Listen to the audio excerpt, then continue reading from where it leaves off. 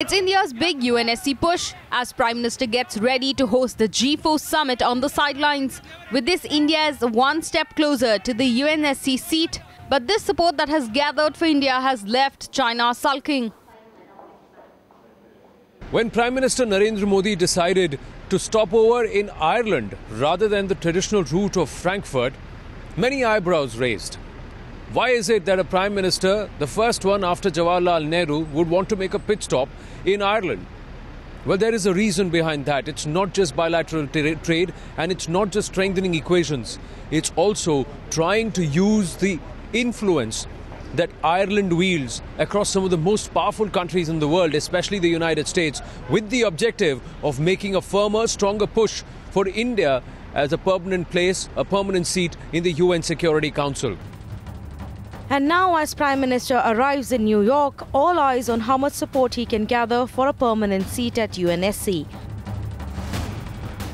Get the support of those 128 countries. All of us will benefit from that reform. The focus for UNGA 70 might be climate and sustainable development, but for India, the focus is very, very clear. To amplify the surround sound, the push for a permanent seat in the UN Security Council, India wants to make its case stronger and it wants more influential voices, including that of Ireland and the G4 nations, to help India and to back India and to support India. But experts say it is going to be a long-drawn battle and not an easy one. India has a commitment from 4 of the 5 permanent members, not from China. But the question is, what do those commitments mean?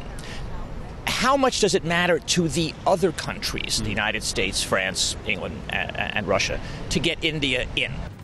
Beijing isn't openly supporting New Delhi's UN aspiration. In fact, the Chinese media is terming India's move for a permanent seat in an expanded UN Council with its G4 counterparts as a big mistake. Seems to be a hurdle for India, not just in symbolic and other functions, also when it comes to United Nations Security Council reform, which you pointed out earlier is a major focus of Prime Minister. The meeting of G4 countries in New York is being seen as an important step in the growing chorus for reforms at UNSC. But will the 4 countries together be able to exert more pressure at the UNGA?